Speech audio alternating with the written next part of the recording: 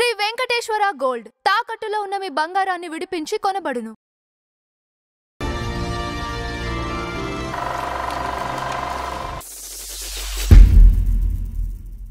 సెట్లో కూడా అంతే. సెట్లో కూడా అంటే ఆయన ఆలోచనలు ఏముండదు, ఆలోచన ఏముండదు. తర్వాత బాంధవ్యాలు తీశాడు ఆయన. అంటే సొంత పిక్చర్లు ఫినిష్ చేస్తాను, ఓకే, బాంధవ్యాలు తీశాడు. బాంధవ్యాలు తీసిన తర్వాత దానికి కూడా నంది అవార్డు వచ్చింది, మొదటి బహుమతి. ఇప్పుడు ఓకే, ఆయన తీసిన 2 పిక్చర్లు ఆయన నిర్మాతగా వేసుకోవాలి. వాళ్ళ మేనమామ కొడుకులను ఎవరినో వేశాడు, బడేటి వాళ్ళ ఫ్యామిలీ మీద. ఇలా ఉంటుండగా ఇది అయిపోయింది. ఈయన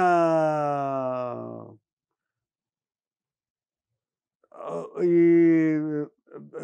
శుభ్రంగా కెరీర్ వెళ్ళిపోతుంది. ఎలా అలవాటు అయిందో ఆయన మరి మద్యం అలవాటు అయిపోయింది బాగా. ఆయన మందు అలవాటు. అంటే ఇంట్లో కూడా మనశ్శాంతి లేదు అని విన్నాను నేను. మరి అది ఎంతవరకు కరెక్టో. ఇంట్లో మనశ్శాంతి లేక ఒక నటీమణితోటి సన్నిహితంగా ఉండటం కూడా అనుకున్నారు అప్పట్లో. నటీమణి పేరెందుకని మనకి. ఓకే, ఒక నటీమణితోటి ఆయన అంటే ఏదైనా ఎందుకు వెళ్తారు, ఎందుకు సన్నిహితంగా ఉంటారు అని అంటే ఏదో ఒక లోపం ఎక్కడో ఒక చోట ఉంటుంది.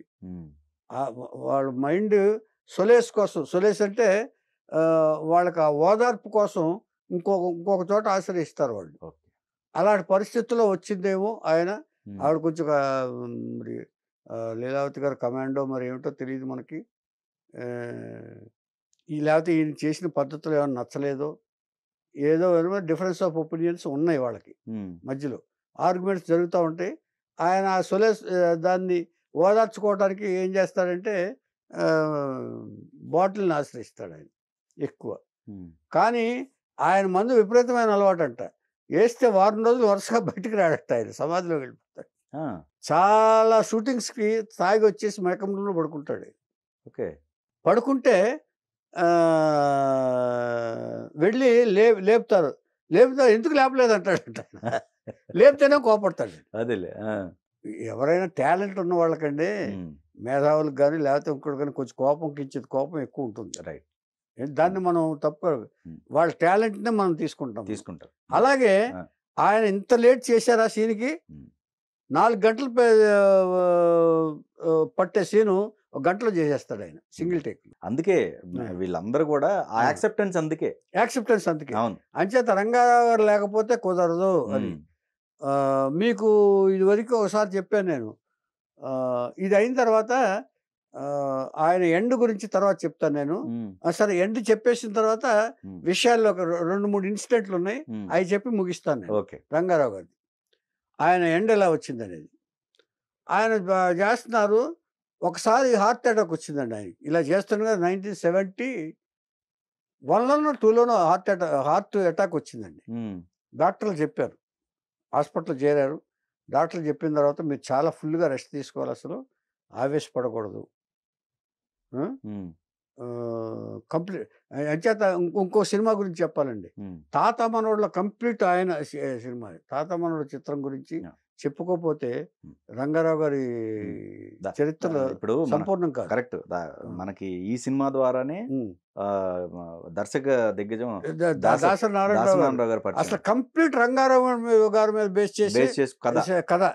ఇంకెవరు ఆర్టిస్టులు లేరు, ఆయన ఒక్కడే. ఆ గుడ్డివాడుగా అనుబంధం, ఆత్మీయత అంతా ఒక బూటకం అనేది పాట ఆయన మీదే. అంచేత ఇలాంటి ఆర్టిస్టులు ఇప్పుడు మనం చూస్తామా అని ఒక బాధగా ఒక్కసారి ఇట్లా మాట్లాడుకునేటప్పుడు వాళ్ళది మళ్ళీ ఎప్పుడు చూస్తాం, ఇది మళ్ళీ వాళ్ళు పుడతారా అన్న ఆలోచన కలుగుతూ ఉంటుంది, బాధ కలుగుతూ ఉంటుంది. ఏమండి, ఇప్పుడు నటన అసలు నిజం చెప్పాలంటే వాళ్ళంతా లెజెండ్స్ అండి. అంతే. అయిపోయిన తర్వాత 72లో చేశారండి. బైపాస్ సర్జరీ చేసుకోవాలి, ఎప్పుడు చేసుకోమంటారు, ఎప్పుడు చేయమంటారు. ఈ డ్రింక్ అనేది మానలా. ఓకే, అది అయితే దాని గురించి పెద్దగా చెప్పుకోక్కర్లేదు. ఇచ్చేదంటే ఒక ఇది వచ్చిన తర్వాత అండి, కొంతమందికి కంట్రోల్లో ఉంటారు, కొంతమంది ఏమో అన్కంట్రోల్గా తాగుతూ ఉంటారు. ఇది పైగా ఈ సోషల్ ఈవెంట్స్ జరిగినప్పుడు, సోషల్ ఫంక్షన్స్ జరిగినప్పుడు ఈ సినిమా ఇండస్ట్రీలో ఈ మందు పార్టీ అనేది కామన్ అయిపోయిందండి. ఫంక్షన్ జరిగినప్పుడు, ఎవరైనా బర్త్డేలు జరిగినప్పుడు, లేకపోతే 100 డేస్ ఫంక్షన్ జరిగినప్పుడు మందు పార్టీ అనేది ఖచ్చితంగా అది ఒక ఐటమ్ కింద, ఈవెంట్ కింద అయిపోయింది. తర్వాత తాగని వాళ్ళు కూడా తాగే పరిస్థితి వచ్చిందండి. అంటే లేడీస్ కూడా బలవంతం పెట్టి తాగించిన సందర్భాలు చాలామంది ఉన్నాయి. ఒకసారికి ఏమైపోతుందిలే, ఒకసారి తాగండి, ఇది కూడా మందు లాంటిదే, మందు తాగరా చేదుగా ఉంటుందని అని అలా సందర్భం వాళ్ళని కన్విన్స్ చేసి తాగించిన సందర్భాలు చాలా ఉన్నాయి. సావిత్రి గారు కూడా దానికి ఏమో అతిథులు రాలేం కాదు, ఆవిడ కూడా అలాగా. అంటే ఎవరైనా కానీ మనకు తెలిసినంత వరకు ఆవిడ కూడా అప్పుడప్పుడు అలాగా సోషల్ ఈవెంట్స్లో తాగిన సందర్భాలు ఉన్నాయి. ఇలాంటి పరిస్థితుల్లో ఆయన నెగ్లెక్ట్ చేశాడు. నెగ్లెక్ట్ చేసిన తర్వాత రెస్ట్ తీసుకుంటున్నాను, నెల రోజులు ఎక్కడ కథలు షూటింగ్ చేయొద్దు అన్నారు ఆయన. ఆ టైంలో వచ్చింది యశోదాకృష్ణ, ఆయన చేసిన లాస్ట్ పిక్చర్ అది. యశోదాకృష్ణ కంసుడు క్యారెక్టర్. మహిజా ప్రకాశ్రావు గారని బాలభారతం తీశాడు. బాలభారతం తీసిన ప్రకాశ్రావు గారు మళ్ళీ యశోదాకృష్ణ తీస్తున్నాడు. ఆ యశోదాకృష్ణలో కంసుడు క్యారెక్టరు. రంగారావు గారికి ప్రకాశ్రావు గారికి చాలా ఫ్రెండ్స్ వాళ్ళు. ఇద్దరు బాగా దోస్తులు అనమాట. అక్కడ మెయిన్ రోడ్లోని ఆఫీసు, నేను దాంట్లో ఎడిటింగ్ చేశాను చాలా కాలం. ప్రకాశ్రావు గారు నాకు తెలుసు బాగా. మా విశ్వనాథ నాయకుడికి కూడా ఆయన ప్రొడక్షన్ డిజైన్ చేశాడు. రంగారావు గారు బాగా రంగా అని అనుకునే మనసుతో ఇది కూడా ఉందనుకుంటాను వాళ్ళకి. మహిజా ప్రకాశ్రావు గారు అడిగేటప్పటికి ఈయన కాదనలేకపోయాడు ఆయన. పైగా క్యారెక్టర్ అంటే ఇష్టం, కంసుడు క్యారెక్టర్. యశోదాకృష్ణలో కంసుడు ఇంపార్టెంట్ కదా, అది చేస్తాను ఒప్పుకున్నాడు ఆయన. ఎవరు ఒప్పుకోవద్దని చెప్పారు, అసలు పని చేయొద్దని చెప్పారు ఆయన. తర్వాత హార్ట్ బలహీనంగా ఉన్నప్పుడు బైపాస్ సర్జరీ చేయాలి. అప్పుడు మరి స్టంట్స్ లేవో మరి ఏంటో తెలియదు, స్టంట్స్ కూడా వేయలేదు. మరి ఇప్పుడు ఏదైనా తేడా వస్తే స్టంట్స్ వేయాలి కదా, బ్లాక్స్ వచ్చితే. ఇదివరకు నాగేశ్వరరావు గారు కూడా అమెరికా వెళ్ళి హార్ట్ ఓపెన్ సర్జరీ చేసుకొచ్చారు. అంటే అప్పటికి స్టంట్స్ రాలేదన్నమాట ఈ లెక్కనే.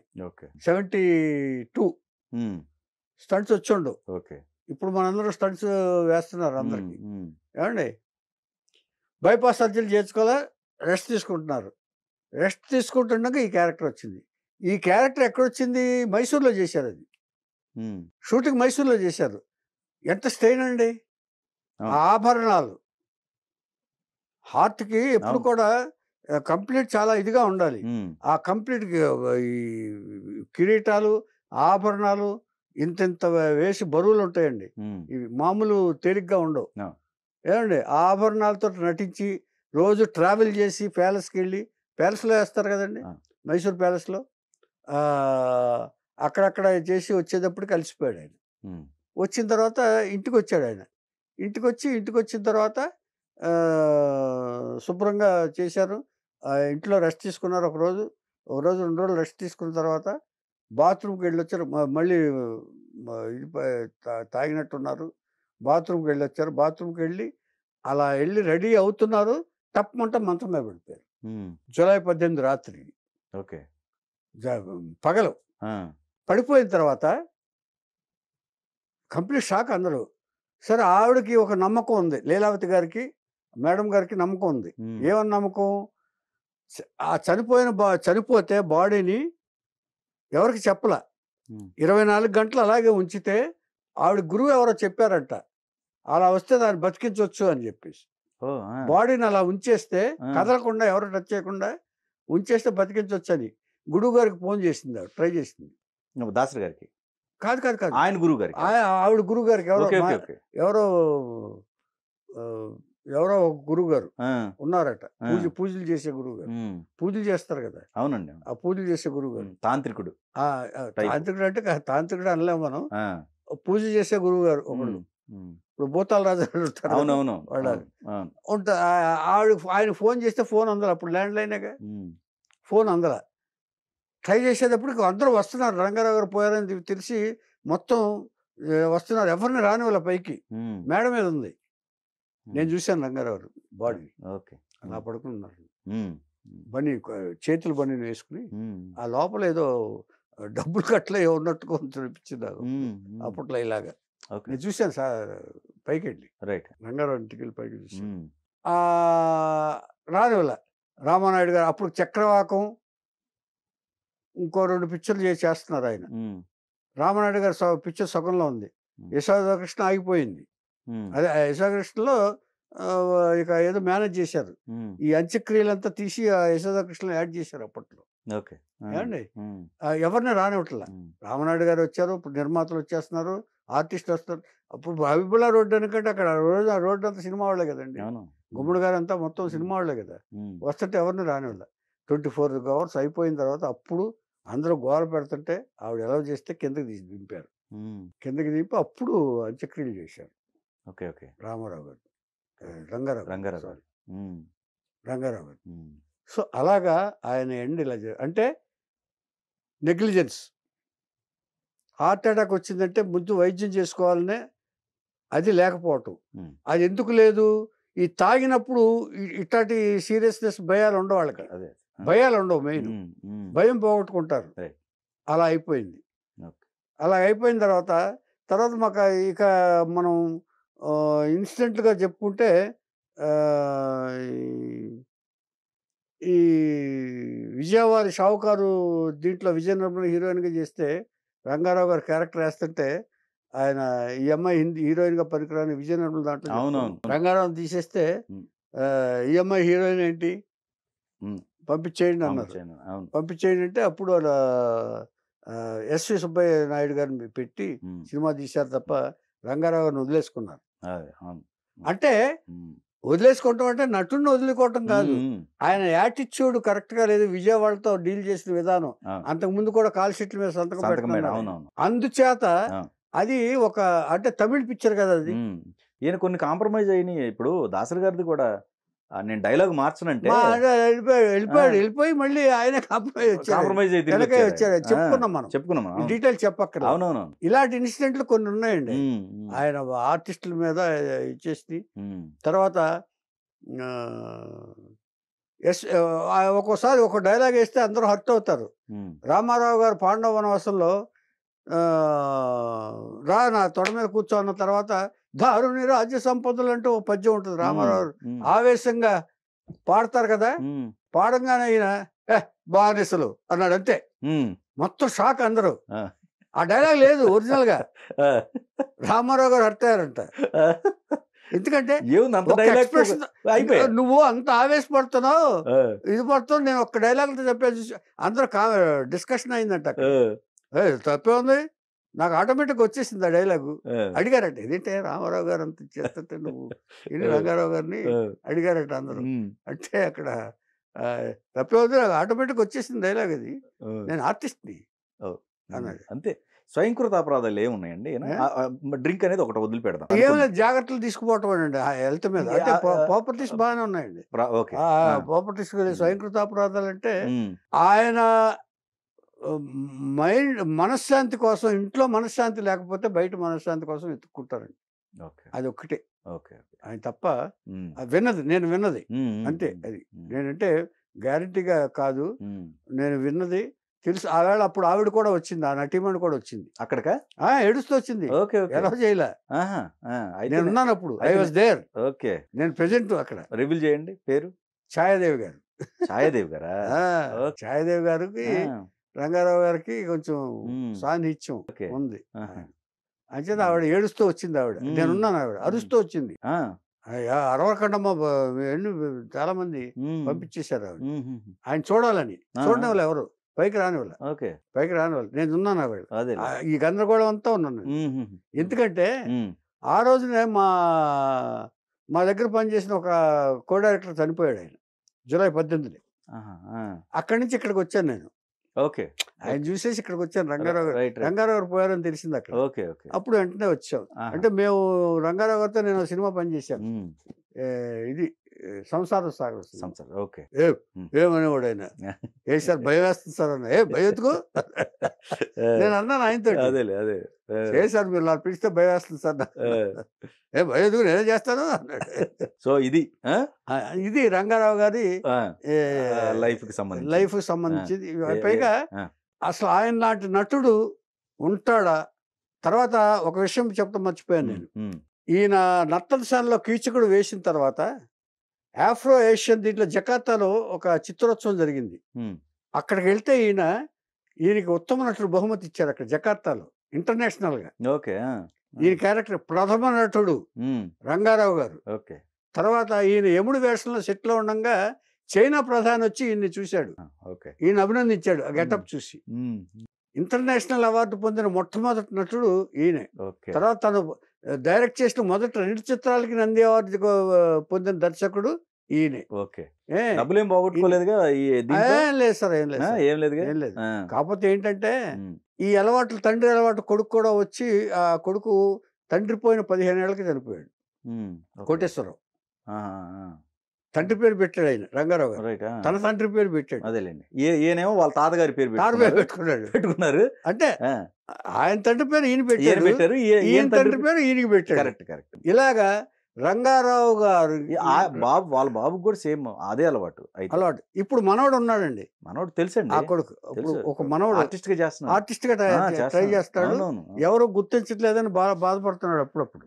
ఇప్పుడు ఒకటి చెప్పనండి, ఈ నిజానికి వస్తే మన పాత వైభవాలను చూసి ఎవరో కూడా గుర్తించేస్తారు. ఇవాళ ఎవరో కూడా లెక్క చేయరు. ఇచ్చేదంటే మనం ఒకళ్ళ నుంచి ఆశించటం చాలా అనవసరం.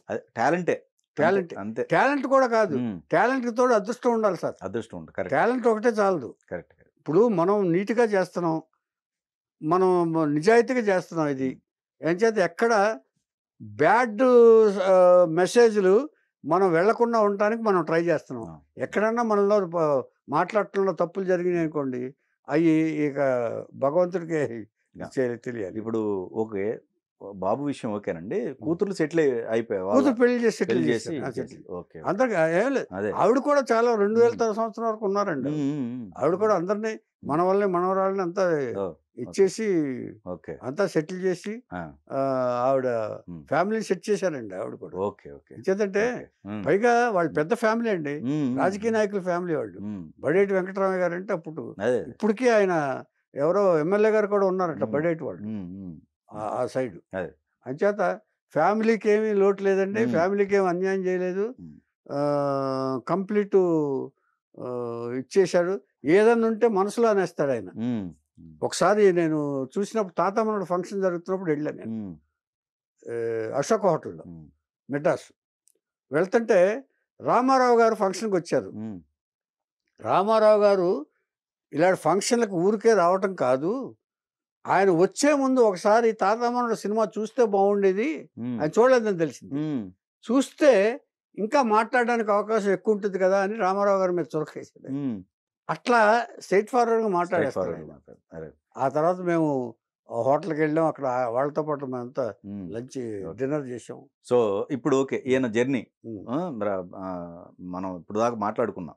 సో ఇది ఎస్విఆర్ గారు. ఇప్పుడు మీరు చెప్పండి. ఇప్పుడు ఇక్కడ సినిమాకి వద్దామండి. ఏది మాయాబజార్ వివాహ భోజనంబే కాదండి. దాంట్లో మీరు గమనించినట్టయితే ఆ స్క్రీన్ ప్లే ఇప్పటి వరకు కూడా ఎవరు లేరు అందుబాటు అసలు. ఎందుకంటే ఆ క్యారెక్టర్లు లేవు, లేని దాన్ని క్రియేట్ చేసి ఆ విధంగా ఆ ఘట్టం లేని దాన్ని క్రియేట్ చేసి అంతే కదా, ఫిక్షన్ ఖచ్చితంగా, నో డౌట్.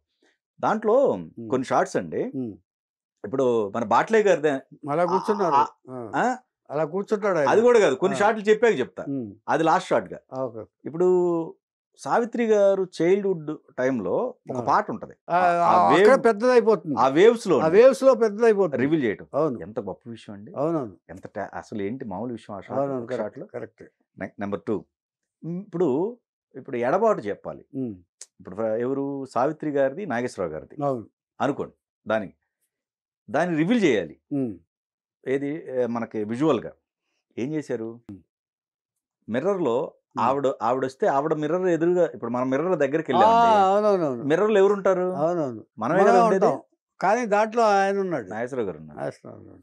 ఇట్లాంటి చిన్న చిన్న అయినా కానీ చాలా ఇంపార్టెంట్ షాట్లు అండి. ఇక అది ఆ సాంగ్ అంతా కూడా బ్యూటిఫుల్ గా కంపోజ్ చేశారండి, నో డౌట్. అయితే ఈ రివర్స్ రావాలి మరి, రివర్స్. ఇప్పుడు జనరల్ గా ఎవరైనా ఏంటంటే ఆ రివర్స్ అండి, షార్ట్ తీసేసాం రివర్స్ అంటే కరెక్టే.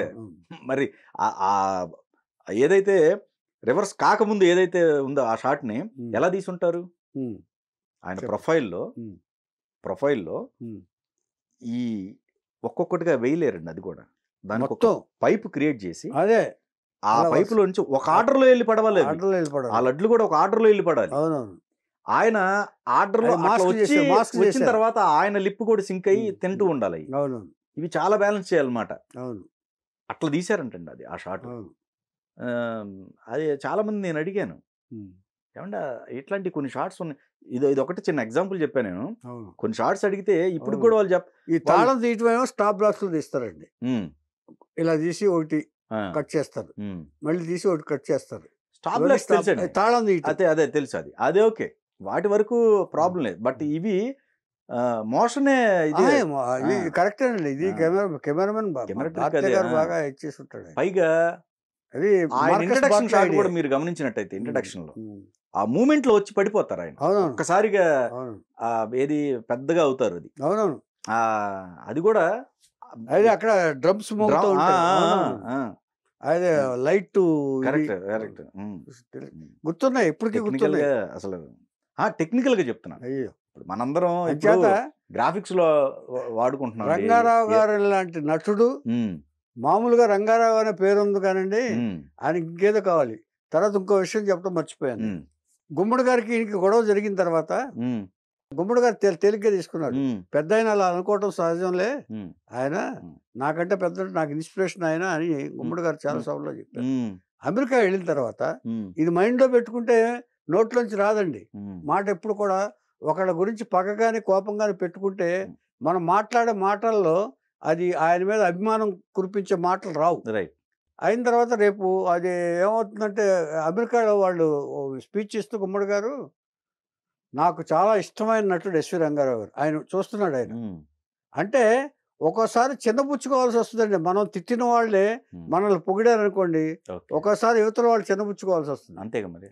రంగారావు గారు ఆ పరిస్థితి వచ్చింది ఆయనకి. ఆవేళ నాకు రంగారావు గారు అంటే చాలా అభిమాన నటుడు. ఆయన నటన అంటే నాకు చాలా ఇష్టం, ఆయన గౌరవిస్తాను నేను. ఆయనలో ఆయన రంగారావు గారు ఒక్క నటుడు లేడు, ఆయన నలుగురు ఉన్నారు. ఆయన ప్రేమ్నాథ్, ఓం ప్రకాష్, అశోక్ కుమారు, ఇంకొక ఆయన పేరు ఎవరు చెప్పాడు ఆయన. మొత్తం నలుగురు పేర్లు చెప్పి, ఈ నలుగురు కలిస్తే వాళ్ళు గొప్ప నటులు హిందీలో. పృథ్వీరాజ్ కపూర్, ఓం ప్రకాష్, వీళ్ళందరూ బ్రహ్మాండమైన నటులు. ప్రేమ్నాథ్, అశోక్ కుమార్, ఒక్కొక్కరు ఒక సెటిల్ నటులకి వాళ్ళు పేరు పొందిన వాడు బాలీవుడ్ నటులు. ఏమండి, వాళ్ళ నలుగురు కలిస్తే రంగారావు గారు అని చెప్పాడండి. ఒక్కసారిగా రంగారావు వచ్చి గుమ్మడిని కౌగిలించుకున్నారు. ఎంతో బాగా చేసుకున్నారు. అంచేత ఈ నటుల్లో ఇది వరకంటే వాళ్ళు ఎవరు ఒకళ్ళనొకళ్ళు అనుకున్నా కూడా ఇలాంటి ఫీలింగ్స్ పెట్టుకోకుండా వాడు నటనని గౌరవించేవాడు. వాళ్ళ గొప్పతనాన్ని, వ్యక్తులను కాదండి, వ్యక్తుల్లో ఉన్న గొప్పతనాన్ని గౌరవించి ఇచ్చేసుకోవడం, టాలెంట్ని. అంచేత ఇలాంటి చిన్న చిన్న విషయాలని మీరు అన్నప్పుడు చిన్న విషయాలని పట్టించుకోరు. కరెక్ట్, అంతే. అలాగే అందుకని ఇలాంటి గొప్ప నటులు మనకి వాళ్ళు లేకపోవడం. గుమ్మడి గారు కూడా మామూలు నటుడు అండి ఆయన. మహామంత్రి తెమ్మరుసు చూస్తే అసలు క్లైమాక్స్ అసలు కళ్ళనీళ్ళు వచ్చేస్తాయి. కమలాకర్ కామేశ్వర దర్శకుడు ఎవరో ఏడ్చాడంట ఆయన. అంచేత ఇలాంటి మహానుభావుల గురించి చర్చించుకోవడం అనేది మన భాగ్యం, మన అదృష్టం. ఏమాత్రం మనం కొంచెం ఇన్ఫర్మేషన్ ఇవ్వగలిగినా కూడా మన అదృష్టవంతులు.